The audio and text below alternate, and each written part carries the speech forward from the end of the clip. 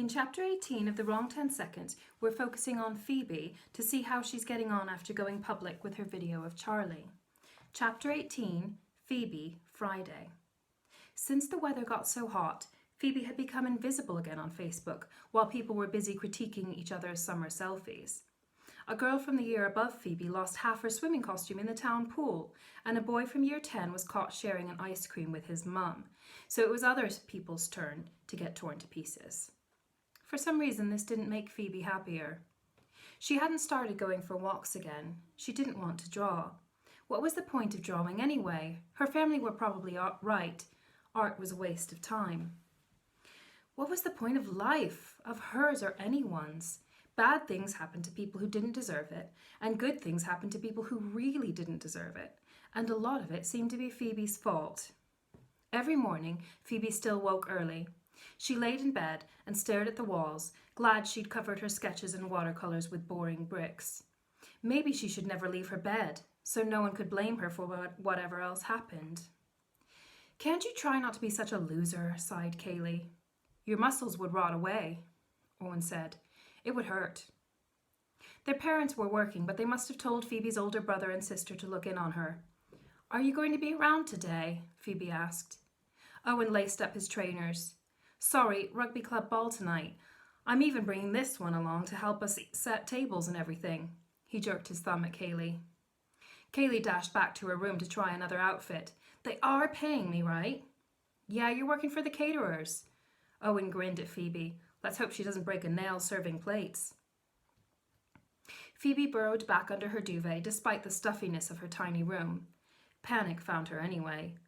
Heat buzzed against the window, which she kept shut. The air particles, heavy and swollen in summer, made the room hum. What did rotting muscles sound like? She was sure she heard a drip, drip, as if the muscles from her arms slowly melted to her fingertips and the ones in her legs dissolved into puddles in her toes. She threw the quilt off and held her hand up before her eyes. Totally fine. Pale, freckled, skinny as ever. The problems were all in her head. Her head was absolutely the worst place to be. Screw it, she couldn't stay here alone. Off to Shiana's again. Since Megan was still on holiday, Shiana was mostly on her phone but didn't bring Phoebe into things. No more Instagram videos or Facebook posts. Phoebe tried to pay attention when Shiana said anything, but her mind was busy breaking the room into ever smaller snapshots, searching for shapes and patterns to draw. "We went to the cinema last night, Ginge, and guess who was there? Joe Palmister. You know, the really fat kid who gets a ride to school even though he literally lives one street over. And he was stuffing his face with popcorn." From her position curled up on the floor, Phoebe wove the fringe of Shiana's throw rug around her fingers. "Was the film good?" "Huh? Yeah, oh, forget it, for God's sake." Shiana returned to her phone. Let her find a more interested audience there. Phoebe went to the window. Shiana had a very different view from the one Phoebe had in her box room. Here, Phoebe looked down on the whole street. A lady 3 houses away weeded around dahlias and roses. In front of another house, surrounded by a hedge, a man washed his Audi. At the Harrows' house, noises didn't bother Phoebe so much. They were real and traceable and safe. The air conditioning whirring helpfully, Mrs. Harrow running exercise videos, or talking on the phone, the stupid dog barking. "Shiana," Mrs. Harrow called up the stairs. "You're staying hydrated, right? It's hot today." "I know, Mum." Shiana shot a glance at Phoebe. "Go get me some water, will you?" Phoebe walked down the stairs. She put one foot in front of the other, staying within the bounds of the Harrow's posh floorboards. They cooled her through her ankle socks. The air here was calm, the particles still and unengorged. Reaching the big open kitchen, Phoebe stopped short. A large pair of men's feet in socks blocked her path. She raised her eyes and saw Mr. Harrow standing at the wash basin, staring out the window. Oh, yeah. She gulped and her cheeks prickled. He'd been there, washing up, when she left the photo. What had happened next? It would be polite to ask if he was okay, but she feared the answer. She'd be disappointed in him if he said yes, and she'd have to blame herself if he said no. Turning, he noticed her. "Hello, are you after something?" "Shiana wants some water, please." "Oh, Good idea. He got 2 glasses from a cupboard, filling one at the fancy sink with its tall, shining tap. And what would you like? Water, I guess?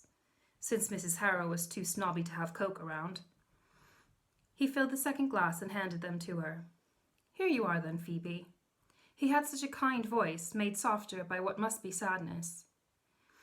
Giving up on saying something polite didn't stop Phoebe from blurting something stupid. You know Miss Shelley, right? She used to work at our school, but now she teaches art at your college. He blinked. Moira Shelley? Yes, I know her. Our students love her lessons. She's really nice. I guess she helps people draw cats and things now, but oh my days. Shiana skidded into the kitchen laughing. You're not going on about that art teacher again, are you? She's been gone more than a year. No one cares. Mr. Harrow raised his hand at his wrist, a protest tired before it began. Shiana, I think you could be friendlier in how you speak to your guest. Mrs. Harrow bounded in, eyes blazing. Don't have a go at her. Who the hell do you think you are, telling someone else what's right? I'm not having a go. I'm Shiana's dad, and He quailed back. He must be wishing the big stone basin would swallow him up so he could hide. Phoebe's not really a guest anyway. She just comes here. Shiana smirked behind her water glass. Her father tried to reason with her. But, sweetheart, we need to... Shut up. Seriously, just shut up. Mrs. Harrow wasn't shouting. It didn't hurt Phoebe's ears. She was issuing orders, waving her finger in Mr. Harrow's face, then whirling around to shoo the girls away, her hands open like a shield. You two go upstairs. I'll handle this. Still giggling, Shiana dashed out, and Phoebe followed as slowly as she dared. She heard Mr. Harrow's shaking voice. Deb, I know you're upset, and I'm really sorry, but you can't expect me not to say anything ever. So the picture had been seen by the right people. Are your parents fighting a lot now? Phoebe asked as she and Shiana arrived back in the bedroom and shut the door. Shiana flopped onto her bed, smooth tan legs dangling. They're not fighting.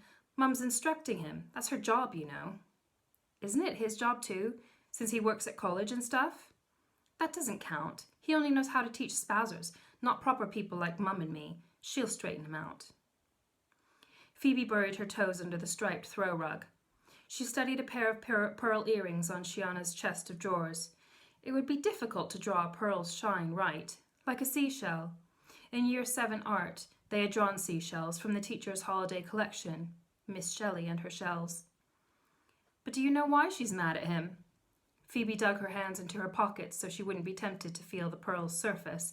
Shiana probably wouldn't like that. Shiana scrolled through Facebook on her phone. Because he's too strict and he only understands nutters, so he doesn't have the right. Strict. Another of those strange, blurry words. Phoebe's parents told her off quite a lot. They weren't strict, though, because they didn't have many rules. They had expectations, and Shiana's parents definitely weren't strict. I mean, you should see his dad, Shiana was saying. My grandfather is insane. Mum and I never visit him because he's so horrible. But Dad's like, oh, I have to be nice to him. I can't let him be all alone. That doesn't sound strict, Phoebe couldn't help pointing out. Shiana looked up enough to roll her eyes. Trust me, Ginge. He doesn't understand people like me. The only reason he's nice to you is he can tell you're a complete spazzer. She was probably right. Phoebe sat on the floor again, her back to the bed. She picked up her sketchbook. Her mind bristled with the need to create something, but she couldn't figure out what. Miss Shelley used to say artists like Phoebe depended on creation like food for the soul. She would say if you can't decide what to draw, let your fingers make lines and see where those lines lead. But Phoebe didn't trust her fingers anymore. Did you see the article? Shiana asked. Mum said someone from Fairford's talked to the paper about the thief. What did they say? That he was nice? Shiana snorted. No, they said he was super strict, but he was two-faced about it. What does that even mean? Someone like Professor Quirrell from that Harry Potter film, but wearing a Fairford's uniform?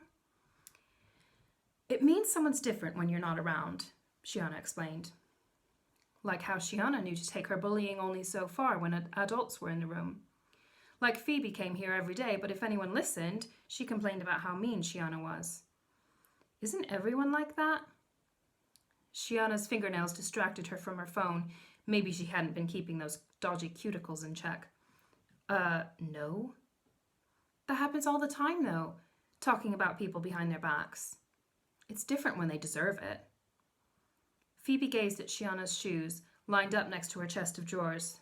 So many colours and contours.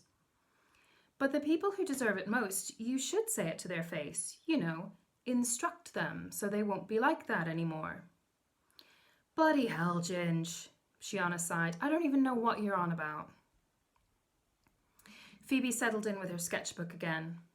What was the point? There was no fixing people. She drew an outline of Shiana's sandal. Oh, and that guy who took Nikki? He's not even from here. He's American or something. Really? Phoebe curved a graceful pencil line around for the sandal's strap. He didn't sound very different. He wasn't fat. They're not all fat. My mum follows some American fitness trainers on YouTube. Shiana stretched. Who would want to move to Wollaston from America? That's like the complete opposite of cool. Some people don't care about cool, Phoebe murmured. This drawing already bored her. A sandal. As if that was art. As if that would put more truth or beauty in the world. Shiana sighed again. Like you? Seriously. People like that do not make this an attractive world to live in. You know that man I took a video of? Phoebe asked her parents after dinner. They'd had sandwiches because the kitchen was too hot, Mum insisted, even without using the cooker.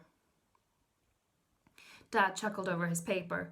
His sweaty fingerprints had rubbed the page corners clear. Best watch who you say that to, love. The man you took a video of. Don't sound right, do it? I mean with a dog. He's American, and he got fired. Served him right, Mum said, filling the kitchen sink. Shouldn't have messed about with a kid's dog. Phoebe fit her little finger into a cigarette burn on the table from when Mum used to smoke. She'd rubbed it so many times over the years, it was worn smooth and coloured blue by Owen's coarsework pen. Do you know anyone who isn't two-faced? I mean, won't most people talk behind your back to stay out of trouble or look cool? Don't know. Dad leaned back and put his feet up on the chair next to Phoebe. If it's behind my back, look, I don't know if people are saying things or not. Smart answer. Phoebe nodded. She studied the soles of her dad's shoes beside her, broad and starkly ridged, different from the curves on Shiana's. You say things about people when they're not around, she reminded him. He scratched his chin. Can't think of anyone I wouldn't say the exact same to their faces.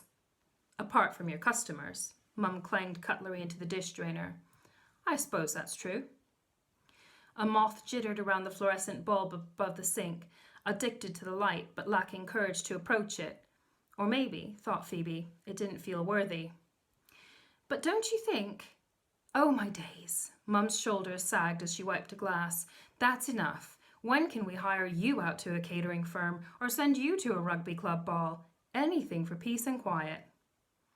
The sweat running down Phoebe's neck went icy. She blinked, the light suddenly unreachable. I'm just trying to work people out. Mum faced her, hands dripping suds into the scoffed laminate flooring. You want to understand people? Hang out with them. Blend into your surroundings, keep your mouth shut, do what they do. Stop thinking and just do it, Dad agreed, pivoting his feet to nudge Phoebe's bum. But if everyone's going to be horrible to me, then what's the point? In anything. At least Phoebe's parents always showed their true faces, even if those faces were usually fed up. Dad waved his hand in front of the little fan planted on the table. The air was so thick and humid, the blades could barely be felt. The point, love, is you get to do the same to them. You moan to us, don't you? So you don't have to be any better than the rest. Phoebe choked down the rest of her questions. She ought to wander the streets in the heat-exhausted stupor. Take pictures of moth-swarmed streetlights and drooping blossoms monochromatic in the night.